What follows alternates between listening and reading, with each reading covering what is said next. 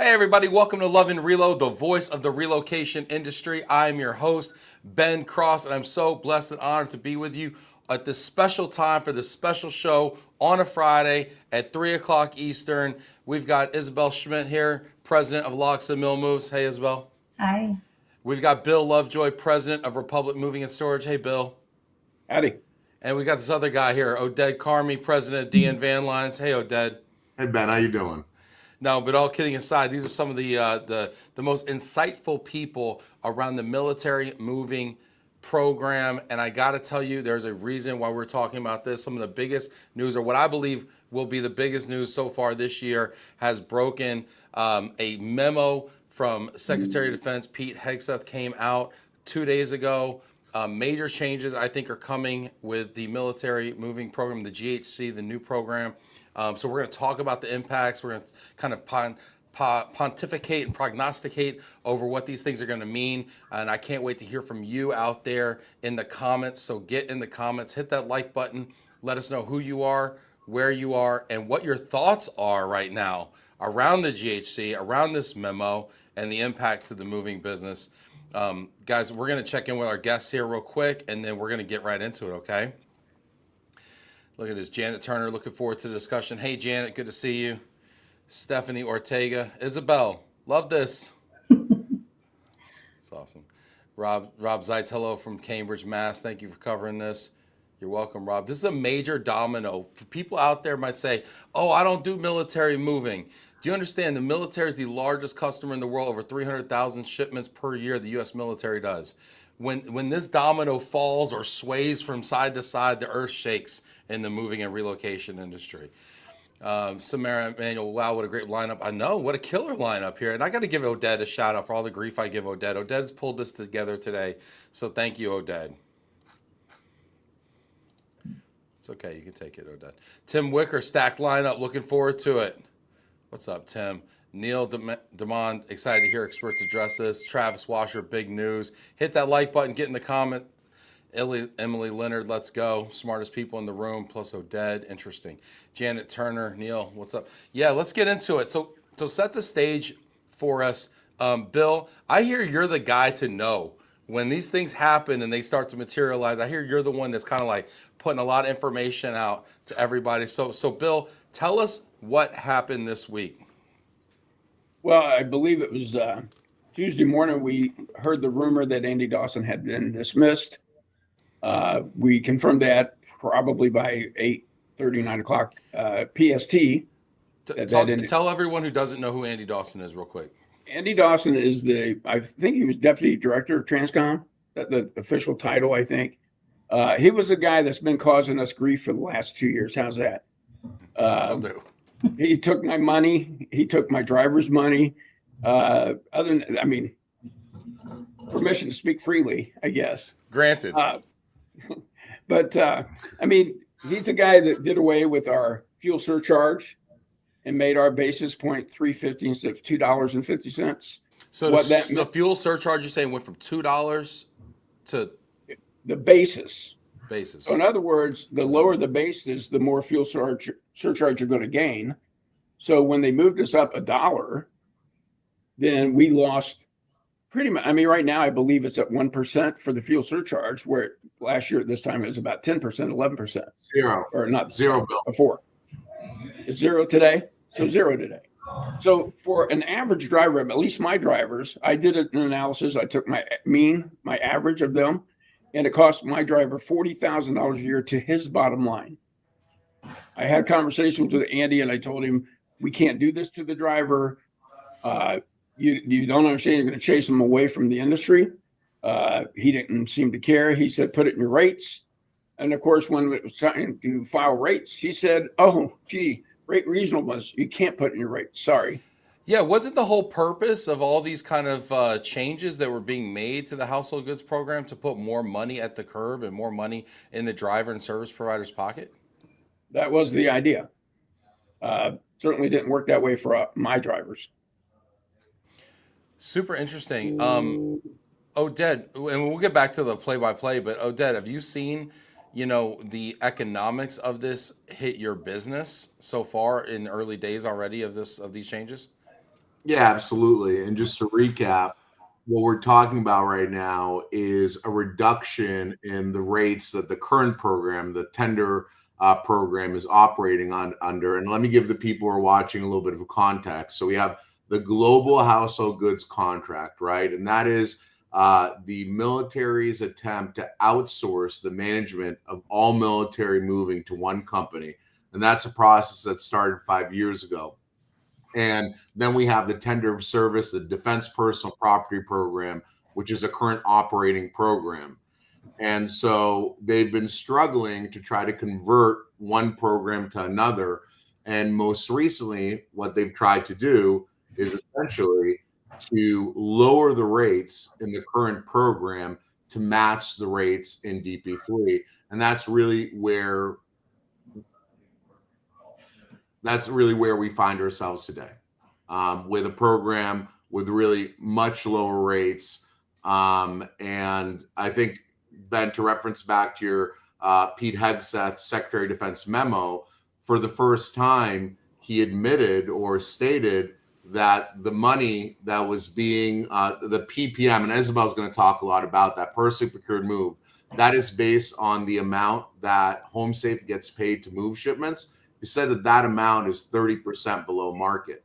So, one of the big announcements from that memo was that service members are now getting 30% more over the government constructed costs to cover their PPMs. Meanwhile, we here in industry that are getting paid at those same rates are saying, "Hey, where's our relief?" Right? So I diverge from your question, as I often do, right?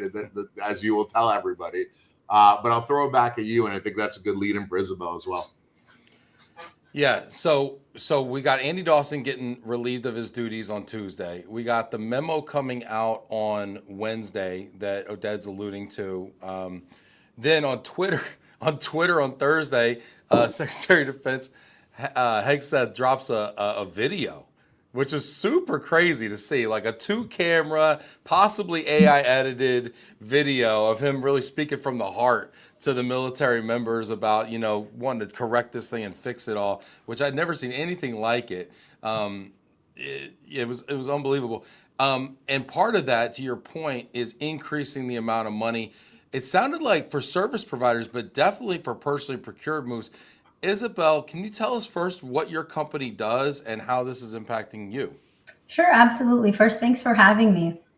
Logs and Mill Moves set out to be the mill spouse and veteran-owned PPM provider. And so what we do is essentially look like a move manager. We take the best of the best in the industry, and we link those folks up with families who want to control their move, but they don't necessarily want to physically move themselves. And so we take that PPM move, and we have a network just like other movers do, and we assign those moves out to whom we understand is the best provider in that lane. Now, to Oded's point, the memorandum does state that it's a 30% increase over a GHC move or what was in mill move. But what I know about the PPM landscape is that that number needed to look more like 40% to get close to anything that makes us competitive in the market. DPS moves are still compensated better than a PPM, even in the current landscape, in the old landscape. We can't even meet the demand at this point because the number that we have is a lot lower than what's even available in DPS. And so when I go out to my network now, it's a stretch to get them to say, okay, fine, we'll do it. Of course, I'm always, I'm that guy who's saying, listen, I think this is what the horizon is. And so, follow me out there. And we have a lot of great folks in our network that do that. But what I want to be clear about is that for those military families that are executing a PPM, even that 30% isn't going to be helpful in some lanes. I have a very specific example. It's a family moving from Alabama to Oklahoma. That 30% increase isn't enough for us to get her a provider that'll take the move. And so the biggest thing for folks to understand is that GHC impacted the entire industry. That's all folks operating in DPS, and then those of us operating outside of it. Drivers left. Companies switched a lot of their fleet over to freight. And what takes years and years to build in terms of capacity took about 4 months to dismantle and essentially burn down. And that's what we're going to be feeling all of June, certainly, and definitely into July. And we'll see the impacts, I think, all the way through December even. And if they continue with the GHC program, it's not going to get better. It's going to get worse. Can you, this is really, really interesting. Can you give us an example of maybe some of the data and some of the like what you're seeing out there for PPM reimbursements? I mean, what kind of budget folks have to work with? Well, I'm still kind of not clear on when I can and cannot discuss rates, but I definitely have absolute like rate equivalencies. But essentially, if I just talk points, right? If I'm talking points, the moves, the PPM numbers that I bring are about 6 points shy of a current DPS move. And so I can't go out to the market and I can't get the best driver that I want to get because the movers are enticing drivers with the rates that they have. And even those rates that Oded is working with, that Bill are working with, those are still not quite where they need to be in order to entice drivers to come back. And so if you want the best example, Steve is a co-owner of Logs and Mill Moves at this point, and Steve is not hauling household goods. He's going to haul a couple of my dear friends this summer, but he's out hauling cars because that's what pays. And I think that's where GHC failed. That's what they failed to understand. They essentially put together a program and said, this is the number, take it or leave it. Anyone in contracting understands that you build a contract based upon what your vendors are going to charge you. You go to your vendor, they say, here's the number. Then you go the number plus whatever it is that you need to manage that contract, and then whatever profit margin you want. And then you go to the government and you say, this is what we can do it for. It was seemingly done a little backwards. Like, we understand that they will take moves at this number. Yes, we will take moves at that number in December, but we can't take moves at that number in June because the market is completely different. This is supply and demand. There aren't endless numbers of drivers lining up for work in June. They are competitive. They're in a market. Everything is moving in the summertime when the weather's great. And most especially Army families like our family, who is currently in a move. It's why my house is mostly empty. That's where they went wrong. And they also didn't understand the relationship that move managers played in all of this. And so rather than set themselves up to be an administrative arm, they set themselves up to be the one mover. And I really think that's where they went wrong from jump. Wow. Really interesting. We got questions coming in. Get in the comments here. Hit that like button. Let us know you're out there. We want to hear your questions. Before we get into these questions, I did have a question for you, Isabel. Are all of the PPMs right now running through the GHC pricing, or are some of the PPMs still running through the DP3, the old system? That's a great question. So slowly over the course of time, as it was discovered or came to light that GHC couldn't even handle that traffic well enough, a lot of bases or installations pulled all of their moves back into DPS to include those PPM moves. Some installations are still operating in mill move. I don't know the exact number. Oded and Bill will be better at getting that number. I think it sounded like it was 3%. But myself, like my move is a DPS PPM out of Carlisle. Initially, what happened is the Army understood that they cannot have movers that are waiting for their shipments to be picked up. And so all moves, they said essentially anything moving out of like Carlisle, my husband's at the War College presently, anything coming out of Carlisle was to go into DPS. So that includes anything in that were PPMs. I say that, but in sometime late April, it was announced, or maybe it was early May, it was announced that PPMs would now all be routed through mill move. However, they didn't change some of the installations that had already been pushed 100% into DPS. And so our PPM coming out of Carlisle is done through the DPS system. But some okay. Yeah. So that's a lot of acronyms for people out there who aren't as smart as you. So what I'm hearing is that the personally procured moves, the moves that people do it themselves, the do-it-yourself move, to go out and find your own mover or reach out to an Isabel or reach out to a rental truck or whatever situation, those are supposed to be going through the old system and the old pricing, but you're saying sometimes they're not. Some of the decisions have already been made. They haven't reversed those. The other way around. So what they said was that all of the PPMs would go through mill move, but some of us are still able to take advantage of the fact that our branches play a role in how our moves are executed. The Army, the Navy, the Air Force, Coast Guard, everyone can add on to whatever the regulation says. And they say, actually, we're not going to reimburse X. So I run into this because we do storage in transit. The Army is really great about storage in transit. The Navy is not. The Navy says you're just going to get a mini storage fee and you figure out how to get it on and off yourself. So branch specific, branches decided to pull moves back into the DPS system. When the branch pulled all moves into the DPS system, the PPMs came with it. However, for other branches, the PPMs were left in the mill move system. So what and the mill move system is GHC. GHC, correct. Okay, that I wasn't putting that together. I'm sorry. Yeah, if you say mill move, that is GHC, and essentially all PPMs were to be routed that way. And if you want data, here's another interesting data point. We rated shipments based on the GHC calculator, and then we rated them.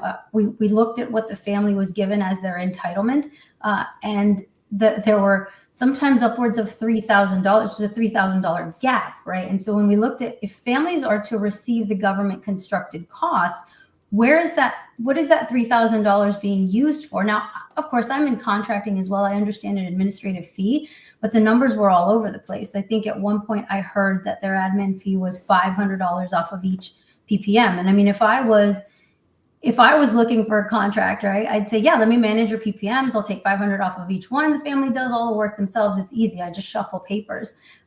But a lot of times that gap was a lot larger. So we were seeing a move that was compensated. Let's say they hired Republic to do the move. Republic is going to get, just pretend numbers, $15K to do that move from California to Texas. The family receiving the PPM entitlement was getting something like $9. And so wow. Those were questions that we had that no one was ever able to answer for us. Super interesting. Get in the comments here. I want to see your questions in there. Hit that like button. Fred Messler's checking in here from Toadsuck, Arkansas. Don't hold back. You don't hold back, Fred. Get in the comments here. I want to hear what you got to say. You're always got something to say.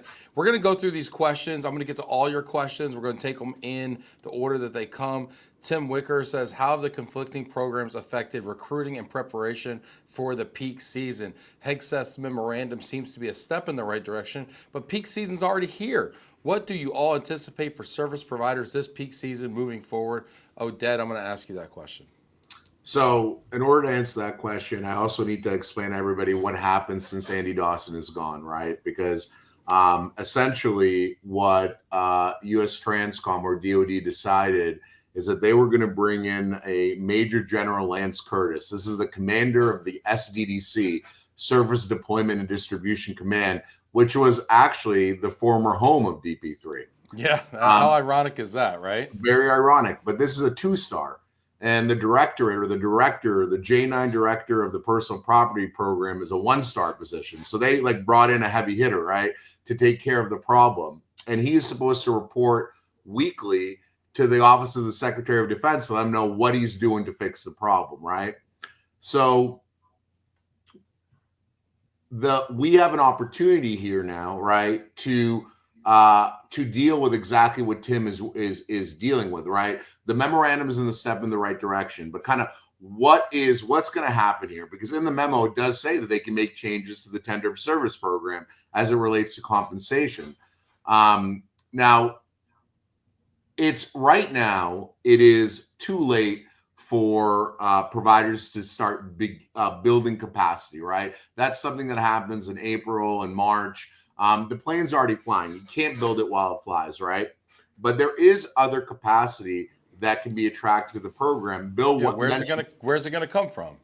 Bill mentioned one of those solutions, right? Fuel surcharge, right? You have drivers that are right now refusing to do military because guess what? Their COD is paying at $250, their government freight's paying at $250, meaning the baseline, so they're getting a much larger fuel surcharge. They go and they reverse that policy decision. That removes the barrier of entry for some drivers, and they say, you know what? Maybe I'll do some of these military moves, right? So that's an instant solution.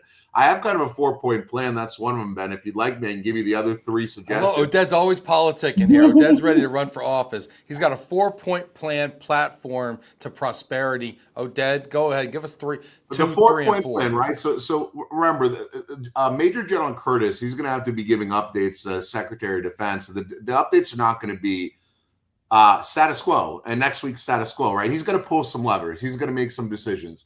And the issue of the day is, how do I get more capacity, right? So we talked about 4-point plan. Point number 1, bring back the fuel surcharge, right?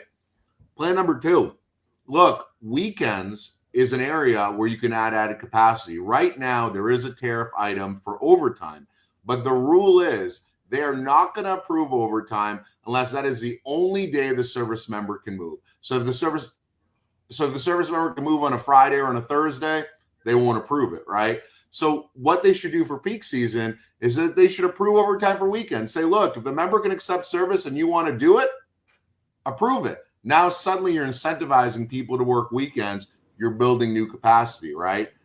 I do like that because that is a way to play catch up, right? Because I mean, at this point, we're behind the 8 ball. We've got all these shipments that have been tendered, that have been pulled back, that they're jacking with the the pickup dates, the RDD, all the, if you're going to play catch up, the weekend does seem like the time to do it. Yeah, I like point number 2. I like, hey, these first 2 points are pretty sick, dude. I'll be honest with you. You keep up this rate, man, I might elect you. What's point number 3, Oded? Point number 3 addresses situations hits very close home for Isabel, and that is on base, right? Where we see our biggest capacity kind of roadblocks, our blackouts, is installations on base, like Carlisle Barracks, for example, right? And one of the reasons for that is it's the new Real ID requirement. And it looked like we lost Bill, but I think I've lulled him to Bill just passed out. Go ahead. It's the 4 points. It's the 4 points. All right, go ahead. On base, getting on base. On base. So there's a Real ID requirement, and now there's tightening immigration standards, right? So our green card holders and our work visa holders are having a much more difficult time getting on base, right? So when you have something difficult and you want somebody to do it, what's a great solution? Incentivize it. We already have tariff items for difficult things, like a Key West bridge fee or Key West fee, right? When we go down to Key West, the government says it's a 1-lane highway, takes you forever to go down it. We want to incentivize. We're going to pay you a fee to do it. What we should have is a tariff on base fee, right? So when we have to go on base, we have to wait for 2 hours, or trucks need to get checked. We have to use specialized crews. We get paid extra to do it. Now we can incentivize it, right? When you try to get labor on base, guess what? The day guys are charging an extra $50, $100 a day. Same reason why, because it's more difficult. They incentivize it, they'll get more capacity. And then point number 4, Ben, you want to comment on that? I'm gonna give point number 3 is your least strong point, but it's still super valid. I like the fact you said these guys have to be specialized. They have to not have a felony. They gotta have a real ID. They gotta not be illegal, undocumented. I mean, specialized labor is a stretch, but I'm still gonna it's a passing grade. Okay, I'm gonna give you a 7 for it. Just not as strong as point number 1 and 2. And I like the fact that you buried it at the 3 hole. That was wise, Oded. You almost lost Bill. That's how lame that point was. But you're gonna come back strong with the anchor leg here. Go ahead, Oded. So point number 4 is, I think a lot of people in the industry, they're asking for a peak season surcharge, something very similar to what you're seeing in PPM. Because remember, PHEX has said 30% May 15th to September 30th. Well, what happens after September 30th, right? So, and that's the same question I'm asking myself, right? We've got a problem that is beyond just a May 15th to September 30th problem. When September 30th hits, this isn't going away, right? So rather than a surcharge, what we want is we want a tariff adjustment, right? We want them, and whatever number that is, whether it's 7%, 10%, 15%, they can choose the number that they feel is appropriate, but a tariff adjustment that carries forward forever, right? Because we've had our rates of labor, equipment, supplies, overall inflation. It has not kept up with the annual tariff increases. So they do a one-time legitimate adjustment to it.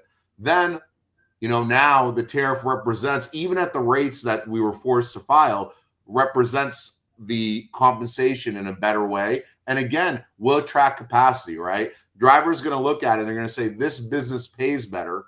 We want to do it. So that's a 4-point plan. In the absence of anything, right? If we're not going to if we're getting nothing, a peak season, surcharge, it's better than nothing. But, I would like a more long-term solution. Don't give me a Band-Aid. Give me fix it for the long term. Let me just ask a clarifying question, because back in my day, you filed peak and non-peak rates.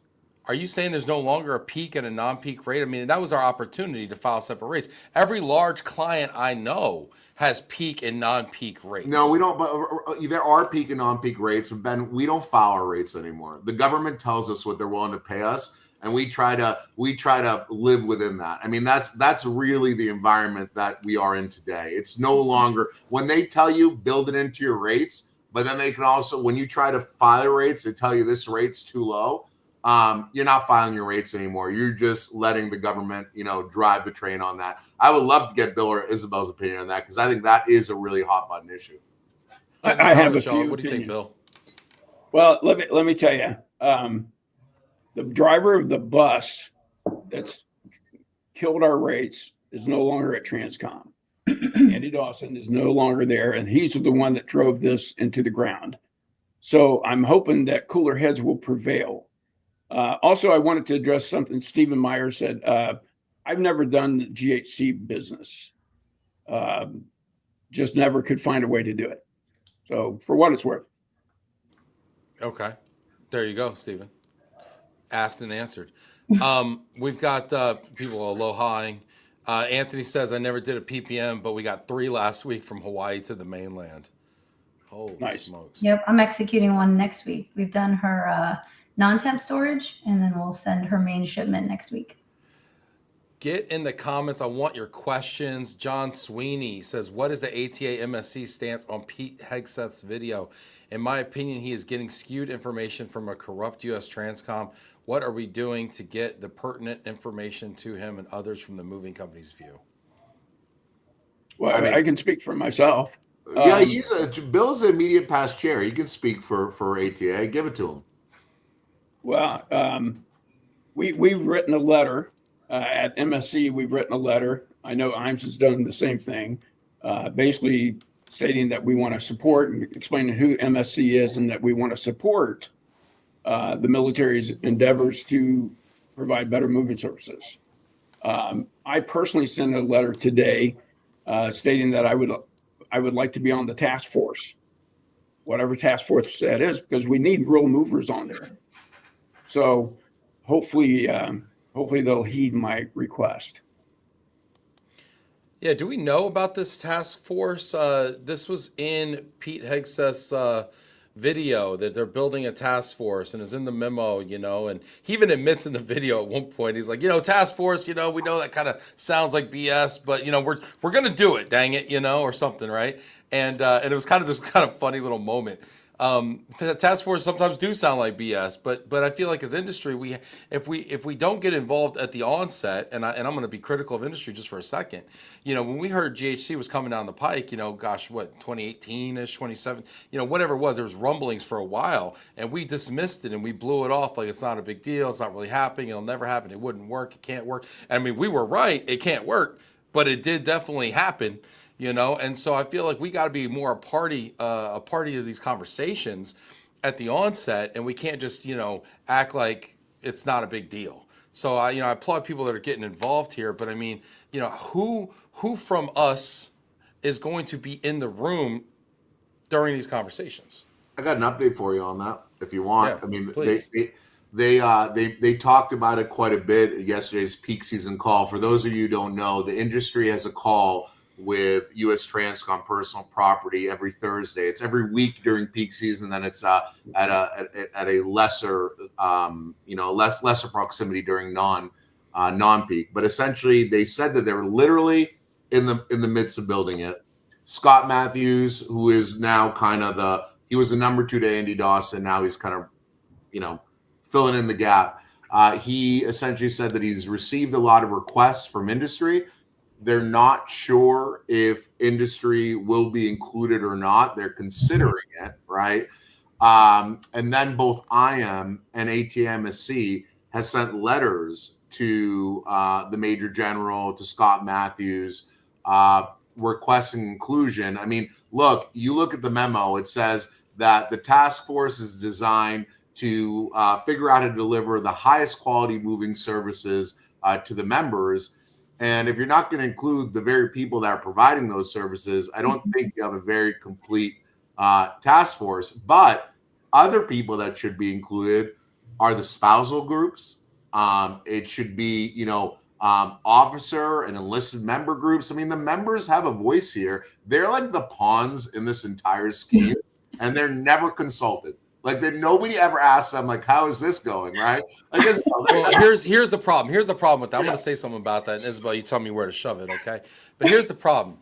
Different task force exist at different parts of the problem-solving process, okay? Because the spouses and the military members will help to articulate and define what the actual problem is, right? And the problems are, I don't know who's doing my move. I don't know who to call. The name on a truck is not the name on a GBL, is not the name on the military move manager, is not the name on, this is the problem, and damage claims and just, what. These are the problems, or you guys can articulate better than I can. But now you don't take that same group and say solve it, because now you're getting into trucking. And now you're getting into how do I run this stuff? And I'll tell you what, they're never going to come up with an on-base surcharge as a solution. They're never going to come up with, all the 4-point plan that Oded had. And I think the problem was too much of what and vilify me if you want to, I'm just going to say it. Too much of the complaints from the military families found its way into how to operationalize this thing. And all of a sudden now we're kind of left with a solution that's kind of half-baked in the GHC that doesn't make a whole lot of sense, because the people who are running trucking companies weren't a party to it. It was just kind of dominated by maybe the contents of a change.org petition. I don't think it was that. I think it's contracting. I think the problem is big government contracting. I think that change.org petition, Megan's petition, Megan Harless, for those of you who don't know, I think it kicked up the dust. But what that does is it catches the attention of contractors who are looking for that next big contract. And I think we all know how lobbyists work, right? And then they start whispering in people's ears, and I think this is a great idea. And you said you were looking for a solution. Hey, boy, do I have a solution for you. I think that you should create one ring to rule them all, and this is going to be great. And what they failed to recognize is that there was already a move management system in play in DPS. And so then when you have move managers who are managing a lot of these moves and creating these networks, and in some instances move management is great, in other instances they can take advantage. But if you already had that, when you wanted to place another entity on top of those move managers, and then you come out of the gate saying, van lines, you're dead, it was never going to work out. Industry wasn't going to buy off on it. Not only that, but you're talking about adding an additional stakeholder. You're talking about driving down what you're going to pay, and then adding an additional stakeholder, which means there's more money that needs to be taken off the top, which goes back to that original point. More money to boots on the curb was never going to happen under this GHC model. I think the biggest thing to talk about is that economic price adjustment in the memo of GHC, because the memo hints at the fact that GHC is here to stay, which means it's one global household goods contract. I think what they have to do is completely revamp how they're even looking at it. I know from contracting and education, those are service man-hour contracts. In other words, you fall in on the infrastructure, you fall in on the human beings. So those already existing counselors that are currently paid through DFAS by Transcom, right? So those folks would essentially become contractors, and you would manage a man-hour contract. You wouldn't manage necessarily the system, like the DPS system that's already in existence. I think that's the thing to be really, really worried about, is that if the contractor bid on it and failed, right, and you say we're gonna look at some economic adjustments, I want to know what you mean by that. Do you mean economic adjustments in the request for proposals, and so the PWS that you put out, or are you talking about giving them more money, GHC or HomeSafe, essentially more money to figure it out, which is unfair when it comes to the world of contracting, because if you bid it at that and then you didn't execute, then that's a failure. You need to put the contract out for rebid, but you probably need to revamp how it is that you're looking for, or what services essentially you're actually looking for. Yeah, Isabel, I just want to comment on something you said kind of at the beginning of your comments. I think it was absolutely brilliant. And I love the fact that we didn't necessarily agree on this, and I think you made a great point that actually you've won me over here. The contracting is a major issue. The fact that KBR is the winner of this with no past performance in moving and household goods and military move management and overlooking all of the other military move management companies out there and awarding to KBR just because they're a big ass military contractor, is not, and you're right. Anytime you put a big old $20 billion contract out for bid, you're going to attract those big time military contractors, and they are not good move managers, period, full stop, You had and so people I think that's a driving major it. issue. Yeah, Yeah. major issue. We call it the No Colonel Left Behind program, military contracting, because essentially a lot of folks leave the government, right? You leave your military career and you slide right on into some government contract. And I think we all just saw there were headlines about a 4-star Navy general who was doing exactly that. Promised it was a pay to play, right? Like, I'm going to get you contracts now, and you're going to secure me a $500,000 a year job when I get out. I mean, this is, I think this is more of that. I think the change.org petition created the buzz, right? In terms, like, people are unhappy. So what can we do? And then someone, some enterprising contractors get together and they start to whisper into the right circles, because I live in DC. This is how things work out here. Oded understands politics and government, right? I think that's exactly what it was. Phenomenal points, excellent points, and I agree with Stephen Meyer. You should be on that task force. You articulated exceptionally well these issues. I want to go to Tim Wicker's question, because this is the second point of your comment, which is what's going to happen next? Because Secretary Hegseth listed a few different remedies in a sentence, up to and including termination of the contract. Tim says there seems to be ambiguity in terms of GHC's place moving forward. Could the panel share their interpretation of the following line lifted from the memorandum? The PCSTF must act decisively to improve, expand, terminate, or transfer GHC or tender of service responsibilities as needed. Do you envision the GHC adapting or dissolving? I'm going to ask each of you to answer this. I'm going to start with Bill and work to Isabel. Glad you asked. That's a great question. The questions I would ask is, number one, has HomeSafe done anything to make anyone think that they could successfully run this program, even if they had the money? Even if they had the money. Even if That's they a had the big money. caveat. Well, I mean, you have other components. You have the SCA issue that we can't get an answer on. And you still have, how good are they to work with? Do they have their act together, so to speak? Well, honestly, the two issues you just said, the SCA component, which is a labor issue and the requirements for labor and everything, and the rates, frankly, if they had the money, are kind of, to go back to Isabel's point, issues with the way the contract was put together, and the fact that they leaked a target price for this contract early in the process, which, oh, by the way, was pre-COVID numbers. Right. And now we had all this COVID inflation. So, I mean, a lot of these are systemic. So I don't know if we could actually, not that I'm not like a HomeSafe sympathizer here, but I don't know if we could even judge HomeSafe, fairly based on the fact that the two constraints are huge, big ifs that you've asked. And by the way, Bill, I asked the questions around here. Okay, Bill, don't turn it around here. Okay. So Bill, I'm gonna pin you down to a yes or no, or to the question is, do you envision GHC adapting, or dissolving? Bill. Dissolving. Dissolving. And let me tell you why, because it's important. As we do our analysis and you get this task force together and everyone takes a look at it, they're going to look at HomeSafe and they're going to say, who's going to put their hand up and say, I believe in them. They're going to be successful with this, and I'll risk my job, because you just had an SS1, Andy Dawson, get terminated for supporting it. Yeah, fair. Oded, adapt or dissolve GHC? Yeah, so Isabel earlier stated that she thought that the memo said that they were going to continue with GHC, that GHC was going to continue. And that's actually, I had the opposite takeaway from that memo.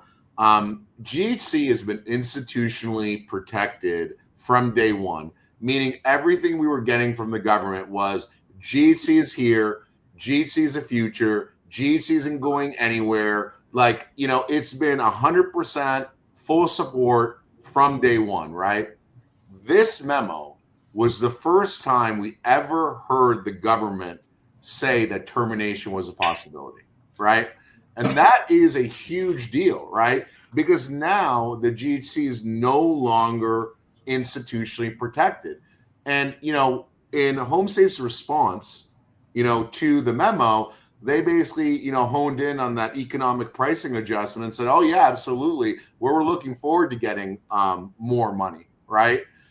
But the issue here is economic pricing adjustment is a contracted term, right? There are different factors and metrics in a formula that determines what that is, right?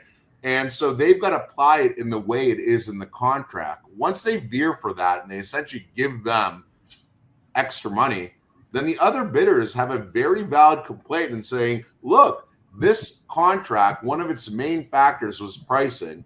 You made your decision, including that. Now you're going around, you're giving them more money. This wasn't fair. We've got to redo this. So to answer your question directly, do I think GHC is going away or dissolving? The answer is yes and no. Meaning that I think this current version, this current contract, I think has a very difficult time surviving because they can't do it with the money they have. If they get more money, they're going to get challenged. But I do think that Transcom, and we're still under Transcom, does want to get rid of managing household goods. So I think a rebid is more likely than not. So a rebid is a continuation of GHC. It means GHC doesn't go away. But this current contract, I think, does. Yeah. Does it get rebid, though, as a FAR contract or as opposed to a tender of service? I mean, if they can make it a tariff-based contract, we get rid of one of our biggest hurdles, which is SCA. So I would suggest them to do that. But, TBD. But I do just want to say one other thing, and I was joking with Tim Halthon about this the other day. Like, in that response from Home Safe Alliance, they're like, we look forward to digitizing and, like, modernizing the movie experience. And I was just like, I'm going to send my crews out there, and they're going to be like, all right, boss, all the boxes have been uploaded. Like, digitizing. And like right now, we need to figure out how to get boxes and furniture out of homes. Like, digitizing is like the last, like literally the last priority right now. So we're very far away from that. Yeah, interesting. Isabel, I'm going to ask you: is GHC going to adapt or is it going to dissolve? I think it's going to dissolve. I think that I think my worry, what I was trying to say, Oded, is that I worry that, and you're right, they did have someone there that was really just protecting it, insulating it. That's not, we don't have that hurdle anymore. So hopefully it does dissolve. I really do think that that's where it's headed. And I think what they have to do is consider a different type of contract. So if you're looking at just move management, you had an entity who was, again, trying to operate as a total move manager and not just a manager of perhaps those counselors who already have existing relationships with folks in the tender of service program. So keeping the tender of service program and then adapting so you have a man hours contract that manages maybe those individuals that Transcom doesn't want to have to manage, those gypsos, PIPSOs, those TMOs. Oded's right. Transcom has said it from the get-go. They do not want to be in the household goods moving industry. Like, they don't want to have to manage those individual gypsos and PIPSOs. They want out of it. They'll come up with a way out of it. GHC wasn't it, so dissolve. Mm-hmm. Interesting. Kevin Arpin has a question. I don't know how they could go without shipments for 100 days and then still have money continue. Didn't everything get pulled, or am I misunderstanding that? Yeah, Kevin, they get another $60 million check stroke to them. They're getting sit on the sidelines money. Well, I mean, they're getting free money, Ben. They're, and I think that's part of the services are really up and armed on this. Like, very recently, 6,000 shipments were pulled back into the DP3 program. But the way it works is that if HomeSafe gives back the shipments, there's a management fee that they also have to give back.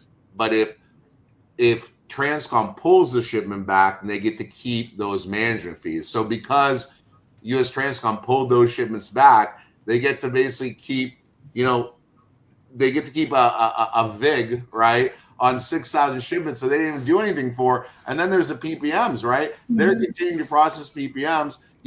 Home Safe Alliance, I've somebody that told me that was close with Home Safe Alliance that said, look, we don't get anything for PPMs.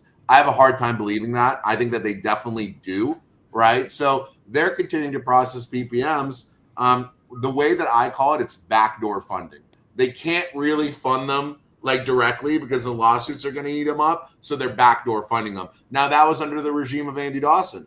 We'll see what happens now. Now the Hexets got involved. We got, Major General Curtis. Maybe they won't scratch, their back the same way that it's been scratched before. We'll see.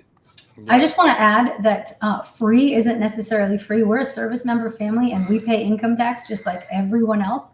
And those income tax dollars that we pay are being used to fund something that we are getting zero service from. Wow. Well put. Lakeland says, what does providing timely and accurate information have to do with contract price? What does answering a phone, responding to customers, paying subcontractors have to do with contract pricing? HSA can't even do the basics outside of capacity problems. Oof, scathing. Interesting. Yeah, you asked that earlier, Ben. You said when it comes to like people wanting to work with you, I know that folks that we've talked to in the industry say that even if like all things were great and the money was there, it's actually an operational nightmare to try to manage their shipments through HSA. And so that's another consideration that we have to put on the table. John Sweeney we all have comment here. We all have TSPs and partners that we work with that we simply love doing work with them. And then we have the ones that we absolutely hate because they're difficult to work with. Their stuff's not together, so to speak. So, I asked a question earlier, what's Home Safe done to show that they can manage this contract successfully? And I rest my case. That's rhetorical, Ben. Yes, sir. Roger that. Rhetorical questions are acceptable. We specialize in rhetoric here. It should be noted that this is not news. This is entertainment. I hear that you can hide behind that, so I do. Stephanie says you need a representative from all levels and all parties involved to make a solid, ununified task force. You need military family. You need industry representation. You need defense and logistics support representation.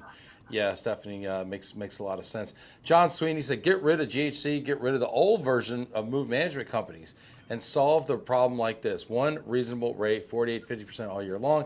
Implement CFAC, Common Financial Administrative Control, and limit the amount of management companies. Honestly, John, it's a very simplistic approach, but I think you're onto something. If you have CFAC in the domestic space, you get rid of, I don't know who my mover is. Everyone has to own their performance, just like in the real world, and everyone has to compete with one SCAC, one bite at the apple, one rate, one quality score, and you have to own it. And I think you're going to get a price improvement too. And then of course, the move management companies, I mean, that is a layer that takes about 20% of the line haul out of the middle of it, or at least it did back in my day. So I'm going to push back on you, Ben. I think that's a very simplistic view, because if you have one SCAC, one company, then the same company that has 500 trucks and 20 locations is getting the amount of work that my one location, 2 truck operation has, right? Because it's one SCAC, one company. Second of all, look, movers are good at moving. We're good operationally. We know how to route our trucks. We know how to track a warehouse. But a lot of movers aren't great when it comes to customer service, when it comes to claims management, a lot of the things that move managers provide. So look, they do collect a fee, but they also provide a service. There's a lot of functions that agents don't have to take on, right? That they would have to have personnel and expenses and all that the move management companies are providing them. Now, whether they're charging the right rates or whatever it is, but you can't pretend like there isn't a service that they're providing. And to Bill's point, there are some move managers that are excellent. They're providing the customer the best customer service they can. They're administering their supply chain and taking care of agents that are not doing a good job. So I like Isabel's perspective of it the best, where it's like, look, you don't want to manage movers anymore. Hire somebody to manage it, but you don't have to blow up the entire program. Like, hire somebody else to manage GP3, right? Like, that's the solution they're looking for. And instead they said, let's tear it all down and try to build something better. Yeah, well, I mean, you have two issues, right? You have the administration portion, like we don't want to be in the move management business. We don't want the gypso, pipso, TMOs, and the RISMOs, right, and all that stuff going around inspecting warehouses and telling me, if my racking's right or my, doors marked and all this jazz, right? So I get that, and you're right. You can outsource the personnel component of it. I mean, I'm in the staffing business, right? You could literally make that a staffing contract to do that kind of stuff. You could also streamline a lot of it. Who knows if you need a TMO doing household goods at each location or not. I'd argue maybe you don't. But yeah, they also had this issue where they felt like they were paying too much for moving. I mean, they felt like they were paying too much. That's the elephant in the room. They felt like they were paying too much for moving. So when you wonder why stuff's moving in the 40s, when corporate shipments might be moving at different rates, I mean, that's the question they're asking themselves. And they didn't know the answer, and nobody raised their hand to say, I'll tell you why. Everyone's like, just whatever, go climb a tree. And then they climbed a tree and they came back with the wrong idea. So, I mean, that's the way I see it. Who knows? I could be oversimplifying it. Kevin's got a question. Kevin's quick. All right, never mind. Fred Metzler says task force should consist of dedicated military carriers or assets. Yep. Ben, I can't get over your last comment because it's like a freaking seesaw, right? They're like, quality isn't good. Quality isn't good. That's our problem. We're gonna spend more money. Then they spend more money. Quality gets better. They're like, we're spending too much money. We're trying to spend less money. Quality gets better. Like, quality is so bad.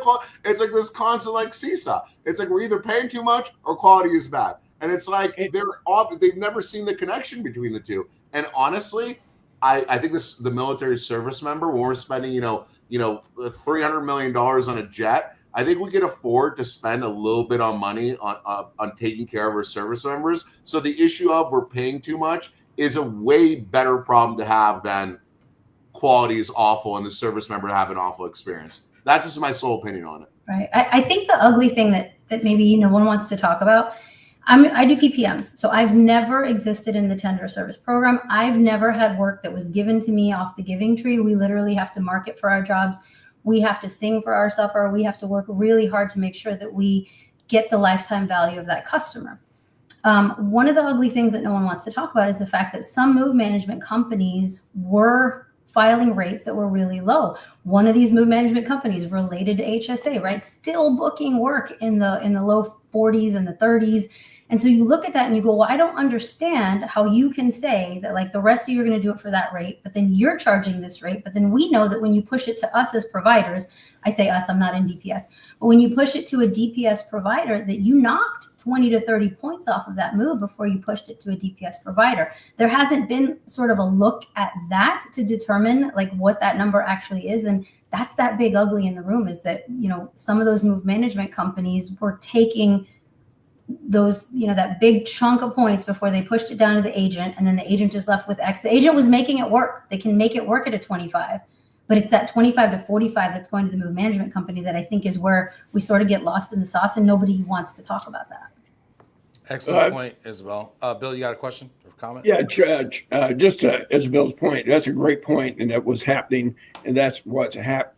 That whole scenario is what's kind of ruined the industry in a lot of ways. I won't go into a lot of detail on that, but I have very strong opinions. But the Transcom stopped that practice this year. You're no longer allowed to do that. You have to offer it to people at the GBL rate. So the other thing, to Ben's point earlier, sorry, I got to go back, but what really destroyed the rates was BBS 2.0. When they introduced that, the way they applied it caused companies that gave really bad service the year before that were suspended. They got back in the race because all of a sudden all was forgiven. We now love you. And they were booked. They were prepared to book short fuse, which means you do that at 20%, 15%, whatever you can get by with those SCACs. So what happened was they were getting SCACs because they got a good score and their rates were low. They were still able to get a ton of work at a very high rate. We all enjoyed it that year, myself included. But Transcom, think and has thought that was the reality of what was happening. That was their own screw up. My estimate is it cost them about $2 million. Shame on them. Wow. But they blame us. Great point, Bill, we got a question. We got a question here. I think that's really to the really great point. Let's not forget. Fred says, "Where is the GAO study?" Oded, do you want to talk about this? The GAO study. Yeah. So What is it first for people that don't Okay, know? GAO is a government accountability office, and the government accountability office is kind of like the investigative arm of the government when either legislature or departments kind of want an unbiased view, a report on what's actually going on. They're also the party that sometimes after contracting, if you want to challenge that, they also will look at that and see whether your challenge is valid. But ATMSC and IAM and the entire industry, but I will tell you, ATMSC did start this, has lobbied Congress during on calls in Washington and in between for the GAO to have a feasibility study of GHC. And we got that passed through the House, through legislation, that it had to happen. They started that process back in, I want to say, maybe September of last year. Bill, is that correct? When did they start that? Yeah, it was about September. September of last year. And their findings to the government were supposed to come out in around April, although these things always get pushed back. And then their final report that would be available to the public is supposed to come out sometime August, September, maybe even November timeframe. But there's a lot of whether it's substantiated or not, there's an opinion out there that 30% under market that Pete Hegseth quoted was lifted directly from the GAO report, which to me sounds plausible and logical. So, and the other thing that GAO has told us, and both the Congress has told us, is that GAO has been consulting with them and Transcom throughout the entire process. So they're getting peeks into what they're finding as they're finding them, which is interesting. All right, we got another question here, and don't go anywhere because I do have an overrated, underrated for our panel here. Let's see here. Tim's a big fan, actually, Oded. He's looking for the rest of your novel. 96 more points to go. Thank you, Tim. That'll be on the unabridged version. Great. This is fun. Anthony says, I spent 3 hours in an interview with GAO last fall, 2024. Solid group of professionals there. Cool. Question here from Rob Zeit. So Rob's on the corporate relocation side, right? And a lot of our viewers are probably wondering, if I say this is the biggest relocation news of the year, why the hell am I not talking about the corporate side of the business? Rob says, maybe a question for a future show. No, Rob, we're going to do it right now. But I'm curious what ripples this will have and how it will impact corporate relocation and the companies moving their employees. Seems like there would have to be some kind of an effect on them. I have opinions. Does anyone else? I'm letting other people have a chance because I have an opinion, obviously. So, Isabel, why did you guys leave? We don't do corporate relo. We do military PPMs. Bill, do you have an opinion about this? Otherwise, I'll weigh in. Well, it all has to do with capacity. It's market driven. And, for years and years, I've heard that we have a driver shortage. And for years and years, I've said, no, we don't. We have a pay shortage for our drivers. So it's market driven. If you have cheap military you're moving, then there's corp accounts and the COD can move less expensively. So we need to drive the price up by getting everyone on paying more money. Yeah. Great point, Bill. And to Bill's point, drivers out there have can haul anything. Household goods drivers out there can haul anything, assuming they can get on base. They can haul anything. They can haul military, they can haul corporate work, they can haul COD work, they can haul GSA federal government work. Heck, they can haul special commodities, trade show stuff, medical equipment. They can haul anything they want in their trailer, okay? So it comes down to Bill's point, what pays the best?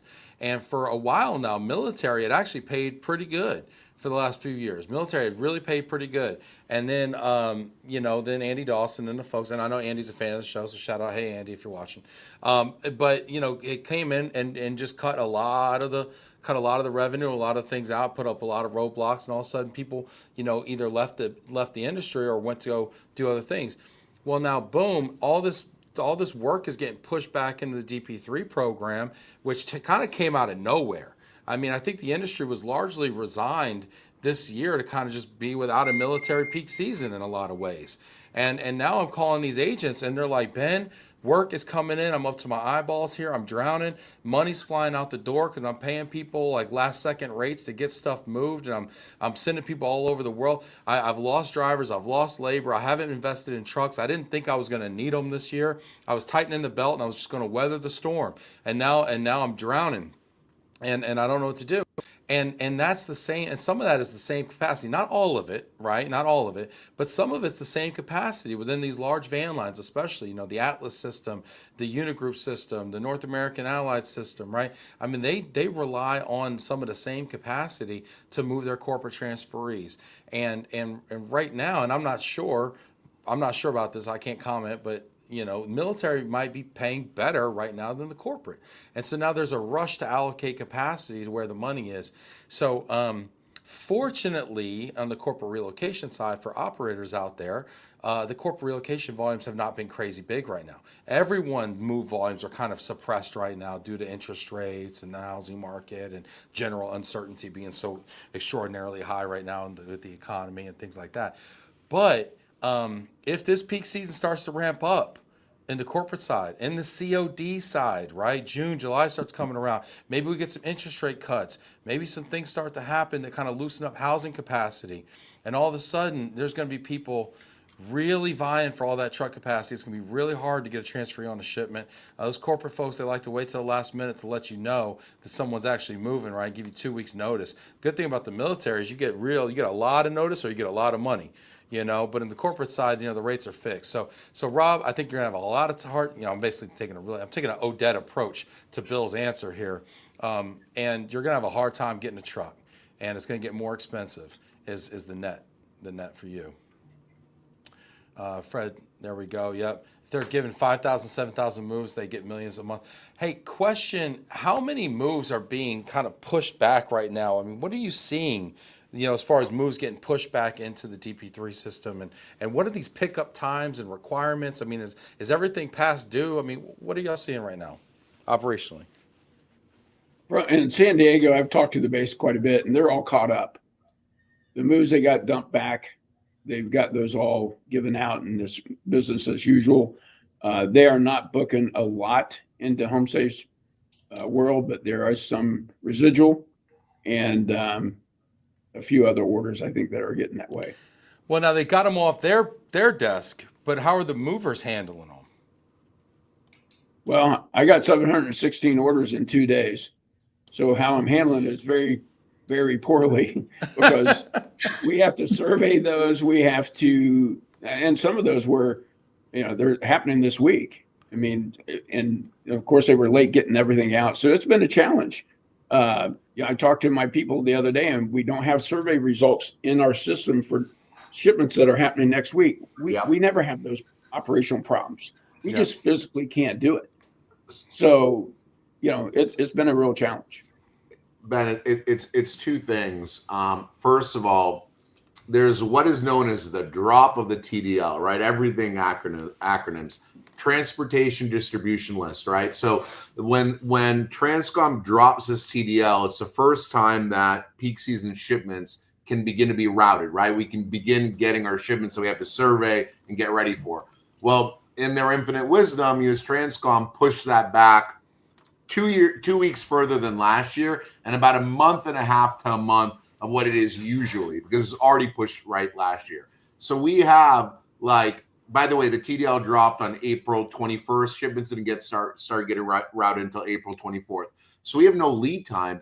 And to answer your question, what kind of shipments we're seeing, the common theme is a lot more short fuse, whether it's a traditional idea of a short fuse shipment or shipments that are now, we're still getting offers for shipments that are picking up in May. Today is May 23rd, right? So to Bill's point, I think we're seeing that across the board. You know, we are behind. We are doing everything we can just to make sure that we show up on the date of the move, right? Like the survey we're getting in, like the job's starting tomorrow. We're definitely going to have a crew there, but the survey is like only getting submitted today. And some of the TSPs, I think, especially on the international side, are like, hey, come on, like, what's going on? Like, where's our pre-move survey? And we're like, man, we are just struggling to live right now. Like, we'll get you your pre-move survey as soon as you can. Right now, we got to make sure that we have crews on every job. So it is, I think, for those people that are working in kind of the coordinators, the dispatchers, right now, they are under immense strain. And if you're one of those people listening right now, really thank you for all of your hard work right now, because you were put in a very difficult situation. But now is our time to shine. If you are afraid of GHC and you want DP3 to continue, keep doing a good job. You keep doing a good job, we're going to keep going. Hey, hit that like button out there for all the movers out there. Hit that applause button on LinkedIn and on Facebook, y'all. We really appreciate your work out there. It's hot out there. It's getting hot out there. It's a high pressure situation. Feels like peak season, like how it used to feel, right? You know, when you have to really buckle down. I think Oded's going out on a pack job tonight, actually. So say a little prayer for Oded. Hope he makes it home safe here.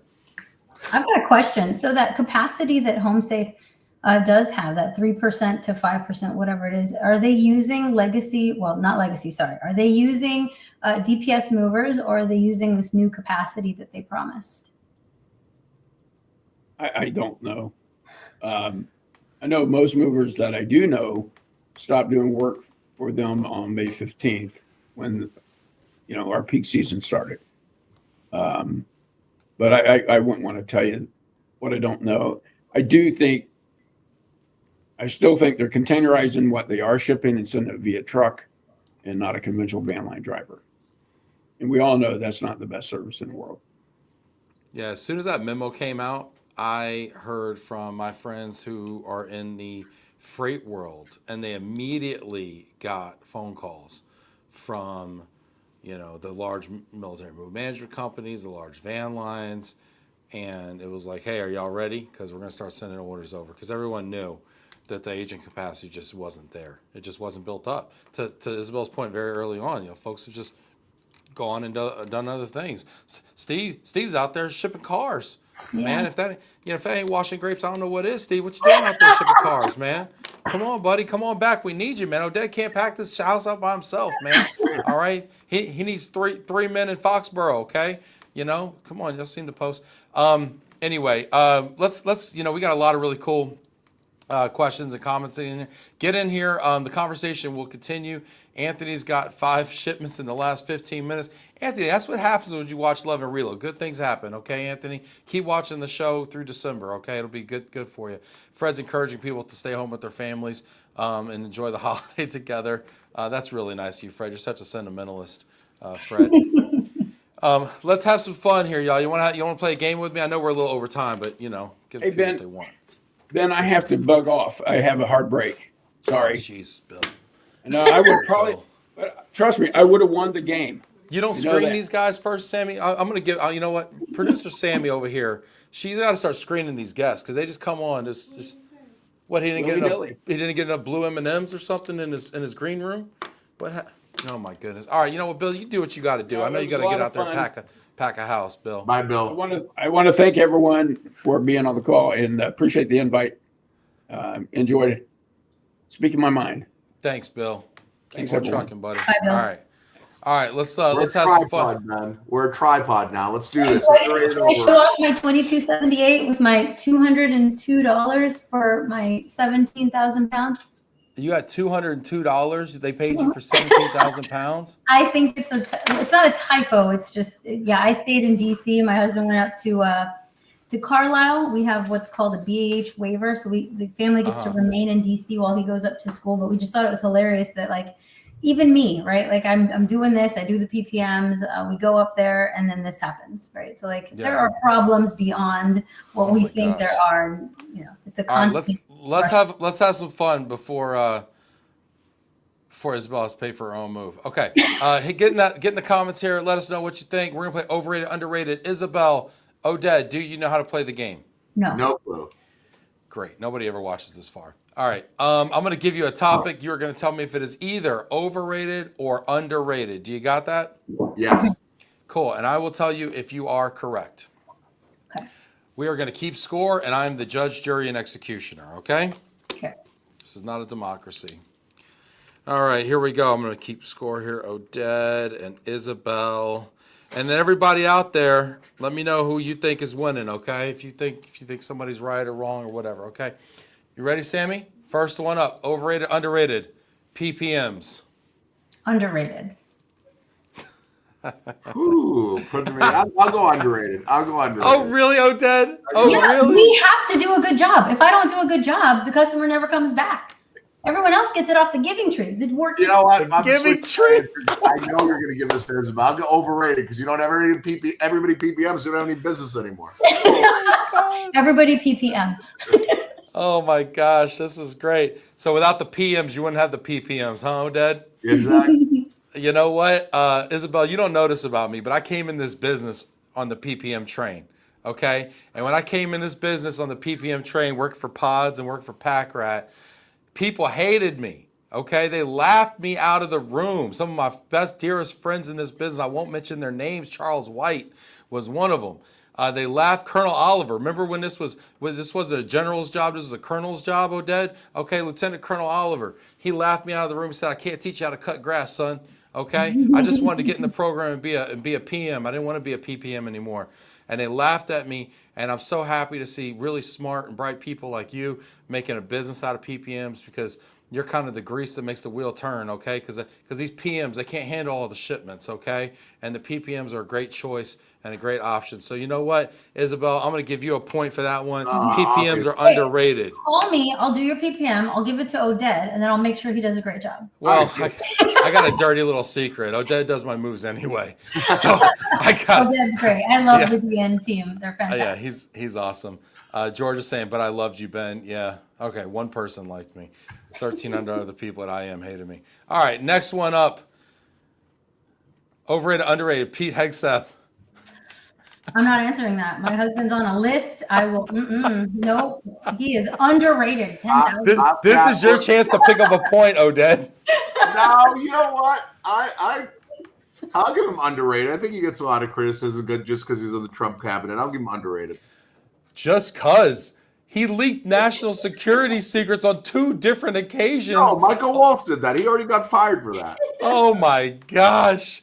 The guy's got a Nazi tattoo on his chest. This was, in fact, the first good thing he ever did in his life, probably. I don't think it makes up for anything. You know what? I'm sticking with Isabel. We're going underrated. Yeah, you know what? You're both wrong then. No points for Oded or Isabel. He's overrated. I'll take it. Go to hell, Pete Hegseth. Next one up. Overrated, underrated. FAR-based contracts. Overrated. I'm going to go with Oded. Overrated. Overrated. Throw them in the garbage. All right, fine. You know what? Yeah, you get that one. Yeah, there's nothing wrong with, DP3 is DP3 is a nice little situation, okay? FAR-based contracts and telling people how they got to run their business and like how they got to, it's a little in your business, It's like, whatever happened to commercial best practices, huh? Thank you. Oh my goodness. All right, let's see here. Next one up. Overrated, underrated dispatchers convention. Underrated. I'm going to say underrated. I've never been, but I've heard it's a blast. It's a blasty blast. It's like a party before peak. Yeah. We're in Biloxi, Mississippi. The Golots are hosting it. It's going to be a good time. Biloxi, Mississippi. Underrated. Let's go. Yeah. Party before peak. It's a good question. If there's no peak, should you have a party? Dispatchers is a good time. I love dispatchers. I love seeing my my friends there. Yeah, I love dispatchers. Dispatchers is great. Everybody gets a point for dispatchers. Me and Isabel needs to split. We need to split up because we got to have opposing opinions. So let's see what we do. Yeah. All right. Overrated, underrated. Last one up. Change.org petitions. They're underrated. People should overrated. have a voice. Overrated. Now, people need a voice. Sometimes you don't get anything done. Nothing will get done if folks don't band together and say, "Hey, this is what we need." They're as effective as going into grabbing a plastic bag and yelling into it. It very rarely do they accomplish anything. Although Megan Harless could say that her first petition did, maybe got changed, not the way she thought it would, but it did, influence change. But overall, with that one aside, overrated. I'm under. I think people should have a place to. Yeah, I find it very funny that this petition started the whole thing, right? And then it took another petition, it feels like, to put the brakes on this thing. Didn't they do another petition that has like 50,000 or 100,000? I was like, I checked that. It has like 50,000. That petition calls for this increase in the PPM rate, because when we all sat down at the table and said, okay, what is going to be the biggest issue for military families? And it said, if we're going to be forced to move ourselves, which we knew, we could see out on the horizon what was going to happen. When this program was going to inevitably fail because industry wasn't there, the same capacity that was going to provide all the moving that it had always done, right, was saying we're not going to do this. Military families are left to figure out what to do. That was going to be the PPM. What we knew we needed was an increase in that rate, because once it was discovered that that rate was going to be straight trash, we had to like get together and say no way. And there are, I mean, you've probably met some of them, Oded. There are tons of spouses up in DC that are constantly meeting with, power brokers in DC and making sure that they brought this issue to light. So the fact that it showed up in the memo, I think we can correlate to that change.org petition, the second one. Okay. All right. So Ben, what's the final call? Change.org petitions. Gosh, I want to say they're underrated because I do like power to the people, crowdsourcing and all that stuff. But golly, the damage that it did with this whole like situation. I know people want to act like that wasn't the intention and whatever, but it's like, It wasn't the petition. I'm telling you, it was just really smart contractors who listen and they go, hey, listen, I got a deal for you, Transcom. This is what we can do. I mean, these folks already own billion-dollar contracts. They know what to say. And that's the thing. It all briefed really well. It just, they weren't going to be able to execute ever. Yeah. I don't know, man. All right. Overrated, underrated, change.org petitions. I'm going to say overrated. You know what? Which makes it a tie. 3 points to each of you. Hold on. I'll take a tie with Oded. I love that. I want to ask you two an overrated, underrated, a little guest special. Okay. Okay. Let's do it. The effectiveness of industry associations. Overrated, underrated. In matters like this, like lobbying and things like this, like matters like GHC and stuff like that. Overrated, underrated. So because ATA MSC did do a lot of heavy lifting, like up here in DC, I'm going to say underrated. I submitted a thing to join ATA MSC today. I sent it off. I said, you know what? They did. You guys have done a tremendous job. I think you were in meetings yesterday, were you not? With House Armed Services Committee. Yeah, that matters. And I think you have to speak for the folks that are out here like doing the work. And again, I'm not in DPS, but we're logisticians, we're movers, we're trying to plug in. Thank you for that, Oded, and that whole team. Underrated. Right. Ben, you know where this is going, but follow your heart, man. Follow your heart. Don't go for the points. Overrated, criminally overrated. Okay, criminally overrated. Because, and I'll tell you, and I love all the association people. Associations are my jam. Conferences are my happy place. But I'm going to tell you what, this whole, you got to throw your money behind us because you need a voice on the Hill nonsense that I've been hearing, okay? When all that's happened is bad things, okay? This is a bad thing. Is a bad thing? GAO report is a bad thing? What has it done? It's not even done. Where is it? Fred had to ask. Nobody knows. It's like rumors of it happening. So when something good happens, they come out and they say, oh, we did that. And when something bad happens, they're like, oh, we're going to work on that. No, like that doesn't cut it for me, man. The Tax Cuts and Jobs Act, removing the moving expense deduction in 2017, crippled the corporate relocation industry by taking all tax incentives away from company-sponsored moves.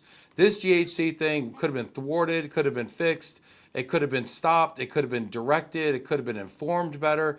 And everybody just buried their head in the sand because associations are funded by movers with diverse agendas, and no one can get on the same page about what our industry's point of view was on it. Because we have people that are asset-based movers, non-asset-based movers, move management companies, blah blah blah blah, all the things, and nobody can figure out one unified agenda. it just it just doesn't work. I'll tell Thank you why you, people man. join associations. People join associations to meet one another, to network, to develop relationships, to develop business. The success that they have lobbying, unless you're big ATA lobbying for big trucking or NAR or hell NAR is a great example. The National Association of Realtors. They're the largest lobbying association in the country. They weren't able to stop like 50 different lawsuits from basically no longer making it a standard that the buyers Higher would pays their commissions would be paid. Uh, So like, and they're the biggest one in the world. So like, if they can't do it, nobody can. All right, so I think it's associations, overblown. you say overrated. I think diversity makes us stronger. Diversity of opinion makes us stronger. I think associations give individuals a stronger voice. So you, Ben, are wrong. They are underrated. Isabel, you get a point. Isabel is the champion of overrated, underrated. Oh my God. Good one, Oded. Very nice. Thank you. Very nice. That's why I like the show. We can laugh at each other, at ourselves, and have a good time. So thanks everybody for getting in the comments, in the conversation. Isabel, thank you. Your points were phenomenal. Oded, thank you. Your points were definitely 4 points. heard. 4 point plan. Your 4 point plan was fantastic. And thanks to Bill Lovejoy. He'll never know it, but we appreciated him. So thank you. Thanks everybody that got in there. Hit that like button, leave more comments. And we will see you next week. We're going to be in Houston. So it's going to be dope. We'll see you next week. Bye, everybody.